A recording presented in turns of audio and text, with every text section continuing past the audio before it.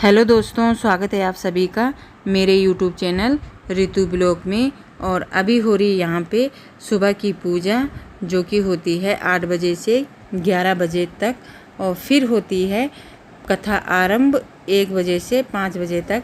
और आज का दिन कुछ खास है, इसलिए लोग आज सुबह से यहाँ तैयारी कर रहे हैं टेंट में अंदर। और ये है मेरी सास की सहेलियाँ, जो कि बहुत दिनों बाद मिली हैं उन्हें। और ये है हमारा डांडा का व्यू, खूबसूरत। तो दोस्तों, आज है कृष्ण उत्सव में सारे लोग खूब सज धज के आ रखे हैं। और पंडाल भी देख सकते हैं आप, कितना सुंदर सजाया हुआ है और बहुत ही प्यारा लग रहा है। आज तो यहाँ बैलून लगा के और सभी लोग पीले वस्त्र धारण करके आ रखे हैं।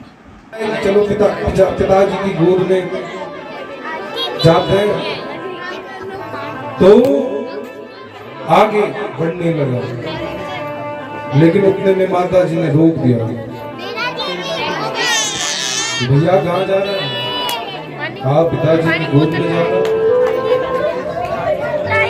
कहा गोद का अधिकारी भैया, मेरे गर्भ से जन्म लिया होता, उस हरि को पुकार, और यदि वो मिलेगा तो उससे कह देना कि मुझे माँ सुरुचि के गर्भ से जन्म देना। अब ध्रुव महाराज छोटा सा बच्चा है, केवल 5 वर्ष की आयु है।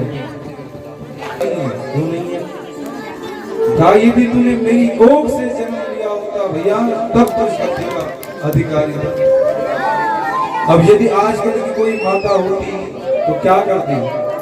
अच्छा उसने ऐसे कहा तो फिर युद्ध हो जाता है कि हमसे आगे ना कोई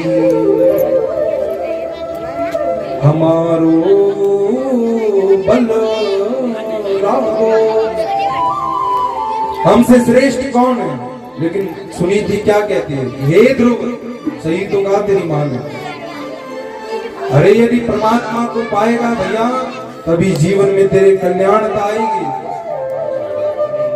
उसने तुझे सत्य से बोध कराया, वो सत्य कोई और नहीं है। सत्यम व्रतम सत्य परम सत्यम। उस सत्य को जान, लेकिन जानेगा कब? पहले सत्य बोलना सीख। सत्यम ब्रूयात् प्रियम ब्रूयात्। सत्य कैसा होना चाहिए? बुरा प्रिय हो। जब सत्य को जानेगा तब सत्य की और तेरी कामना होगी। यदि सत्य को समझे, कोई सहारा नहीं। लेकिन जैसे ही जाता है तो आज नारद जी मिल गए, कितना छोटा सा बालक, और भगवान की तपस्या करने को जा रहा है। तो देखो, जब हम धर्म कार्य करते हैं ना तो उस परीक्षा को पास करना बड़ा कठिन है। कर कौन सकता है? निर्मल जन सोई मोई पावा। छल कपट से दूर हो। अब जिसके हृदय में कपट है, भैया मैं ऐसे करूंगा तो ऐसे कल्याण होगा, तो मोही कपट छल छिद्र न भावा।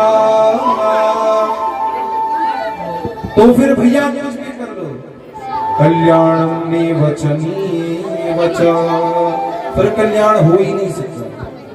लेकिन ध्रुव तो बालक है, कोई द्वेष नहीं, कोई कपट नहीं, कोई दुविधा। संत कब मिलते हैं? बिनु हरि कृपा न मिलहि ना संता। जब तक ठाकुर जी की कृपा न हो तब तक संतों का संग नहीं होगा।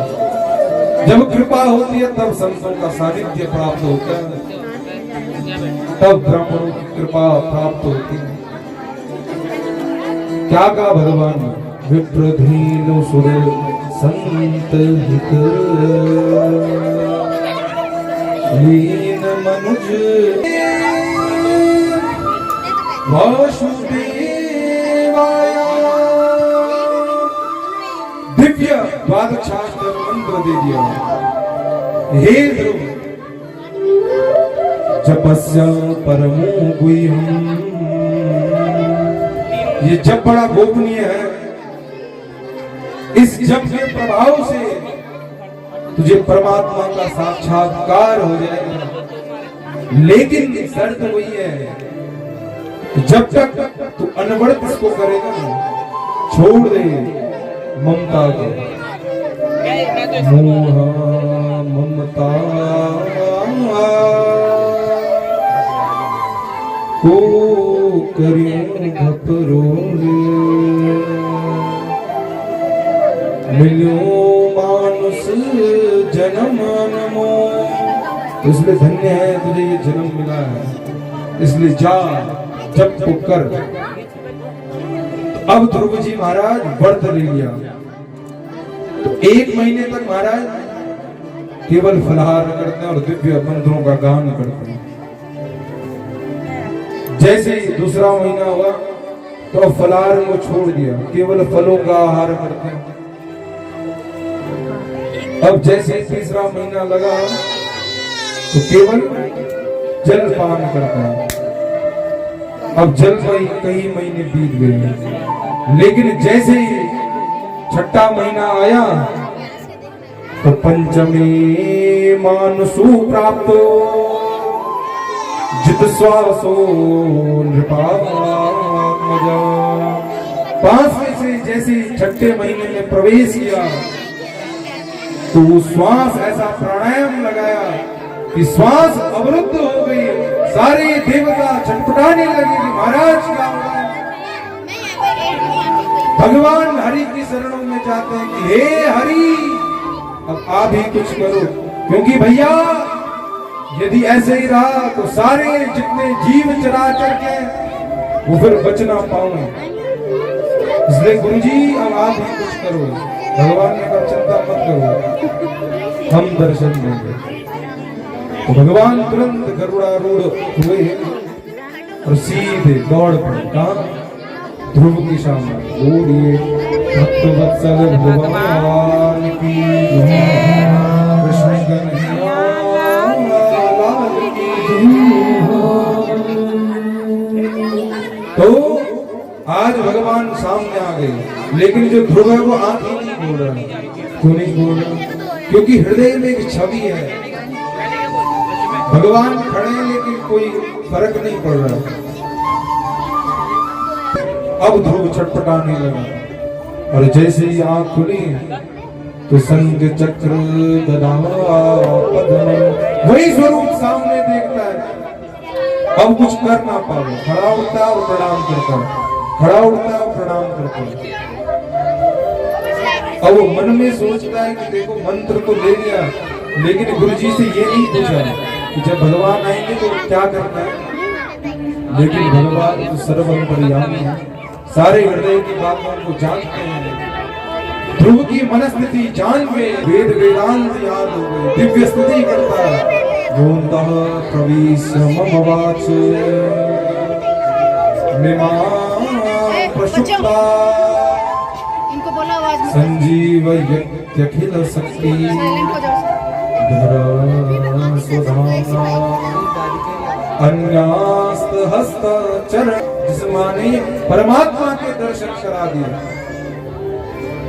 यदि वो भी सोचता कि ऐसी दुष्ट है ये, तो भगवान फिर मिलते नहीं मिलते। उसने कोई भी बात हो उसे सत्यता की ओर लाओ, भैया कहीं ना कहीं कल्याण हो ही जाओ। क्योंकि जब अंतःकरण पवित्र होता है तो फिर कुछ करने की आवश्यकता नहीं होती। केवल एक बार हृदय विचारत जाओ तो तुम, और कुछ भी कहने से पहले और देने से पहले दिशम तुम स्वयं कामरी। उसकी हानि आपको है, मां के दर्शन हुए। और जब अंतिम समय आया तो मृत्यु छोड़ नहीं पा रही है ध्रुव को। मृत्यु हाथ जोड़ देती है, हे ध्रुव जी आप ही मुझे स्वीकार करो, क्योंकि मेरा सामर्थ्य नहीं है कि मैं आपको छू पाऊं। क्योंकि जिस पर भगवान के वो शब्द अलंकृत हो गए तो किसका सामर्थ्य है कि कोई पकड़ ले।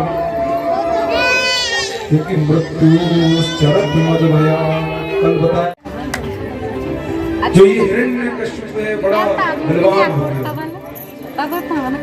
तो अनेक वरदान जब प्राप्त किए गोस्वामी जी कहते हैं पुत्रवती जुवती जग सोही, राम भगत जास सुत होई। कौन धन्य है आज जिसका पुत्र राम का भक्त हुए। और भंडारी जी तो निरंतर खड़े, ये कभी नाचता है, उस भक्ति में वो परिपक्व हो जाता है, लेकिन संसार क्या समझता है कि वो पागल है। तो भक्ति वही तब श्रेष्ठ होती है जब व्यक्ति को पागल कहने लगे, तब आप समझ जाना कि हाँ ईश्वर विद्यालय भेजा गया, हिरण्यकश्यप दानव विश्वविद्यालय, जहाँ के प्राचार्य श्री संडामर्क जी हैं, जो दैत्य पुत्रों को पढ़ाते हैं, ये प्रहलाद जी को भी पढ़ाने लगे। अब एक बार हिरण्यकश्यप घूमते घूमते आवे और पूछता है प्रहलाद तुमने क्या पढ़ा, तो ये बोलने लगा तत्साधु मन्ये सुरवर्य देहिना सदा समुद अग्नि धियाम सदग्रहा हित्वात्मपातं गृहमन्दकूपं वनं गतो यः हरि आश्रये। धन्य है जिसने नंदनंदन श्री कृष्ण का दर्शन किया हो। दर्शन न जाने किस रूप में नारायण मिल जावे। स्नानानि च नरा भवे दुर्गेति भद्रकालेति विजया वैष्णवी तथा। तो तेरे अनेक नाम हो जाएंगे संसार में, इसलिए तो चिंता मत कर, तो बस धर्म के पथ पर रहना। और जैसे ही आज्ञा दी तो फिर वहां से चले गए। और सातवां गर्भ मां रोहिणी के गर्भ में आ जाता है, और अष्टम गर्भ में अब भगवान की आने की तैयारी है। तो जैसे ही भगवान गर्भ में आवे तो देवता दिव्य स्तुति करते हैं कि सत्यम व्रतम सत्य परम त्रिसत्यम सत्यस्य योनि निहतम च सत्ये सत्यस्य सत्यमृत्य सत्यनेत्रम सत्यात्मकं त्वां शरणं प्रपद्ये। हे सत्येश्वर, दिव्य स्तुति कर रहे हैं। सारी प्रकृति अब अनुकूल होने लगे। जिनको वेद वेदांत याद नहीं है उनको वेद वेदांत याद होने लगा। जो यज्ञ की अग्नि गूंज रखी है उन अग्नियों में पुनः यज्ञ होने लगे। जो ब्राह्मण अपनी क्रिया को भूल रहे हैं उन ब्राह्मणों को अपनी क्रिया वापिस आने लगी। जो संत महापुरुष हैं उनके मध्य एक अलग ही, लेकिन ऐसा लग रहा है महाराज कि पूरी दिन हो रही हो। ऐसी प्रकृति की अलग शोभा हो रही है, क्योंकि जब भगवान आते हैं तो सारे नर नारी पर उनके हो जाते। तो जैसे ही अष्टमी की रात आई तो भगवान जो नरहरि है वो मां के सामने चतुर्भुज रूप में प्रकट हो गए। बोलिए कृष्ण कन्हैया लाल की। अभी भगवान कृष्ण भगवान की जय। तो आप सबको सुनते हुए हमारे साथ गाएंगे और सुंदर है बोला जय बोला जय बोला जय बोला जय बोला गोपाल हरि जय बोला नंदलाल की जय बोला गोपाल की जय बोला नंदलाल की जय बोला गोपाल की जय बोला नंदलाल की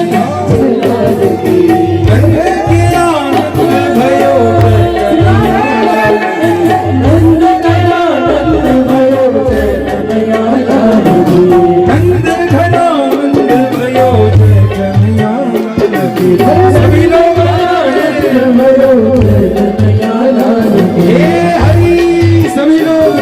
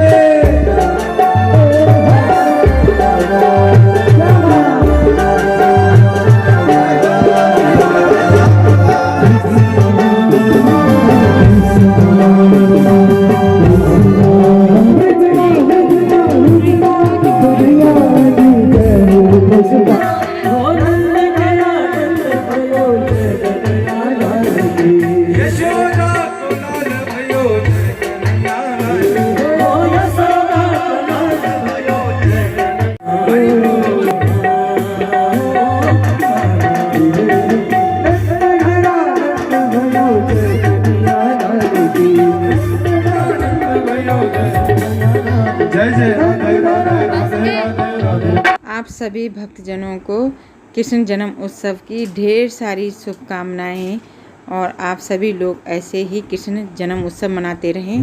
बोलिए भक्त वत्सल भगवान की जय हो, कृष्ण कन्हैया लाल की जय हो, वृंदावन धाम की जय हो, सत्य सनातन धर्म की जय हो, हर हर महादेव,